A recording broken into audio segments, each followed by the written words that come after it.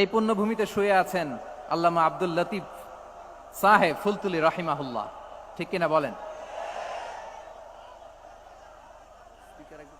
কেরাতের উপরে ওনার অনেক খেদমা গোটা বাংলাদেশ ব্যাপী। আল্লাহ এই খেদমতগুলোকে কবুল করুক, আমরা পড়ি আমিন। এই পুণ্যভূমিতে শুয়ে আছেন হযরত মাওলানা আব্দুল করিম শাইখে কৌড়িয়া রাহিমাহুল্লাহ। আমি এসেই ওনার গল্প শুনলাম আজকে। এই পুণ্যভূমিতে শুয়ে আছেন হাফেজ মাওলানা নুরউদ্দিন গহরপুরি রাহিমাহুল্লাহ।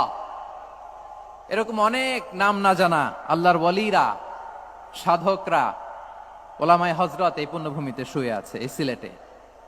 আমরা সকলের জন্য দোয়া করি আল্লাহ তাআলা ওনাদের খেদমতগুলোকে কবুল করে নেক, কোরআনের নূর দিয়ে তাদের কবরগুলোকে আল্লাহ তাআলা মুনাওয়ার করে দেক। আমরা সবাই পড়ি আমিন। প্রিয় ভাইয়ের, আপনারা সবাই ভালো আছেন নাকি সিলেটি ভাষায় জিজ্ঞেস করতে হবে?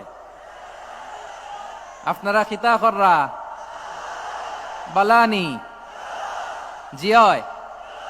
মাশাআল্লাহ মাশাআল্লাহ, তাবারাকাল্লাহ। আল্লাহ কবুল করো।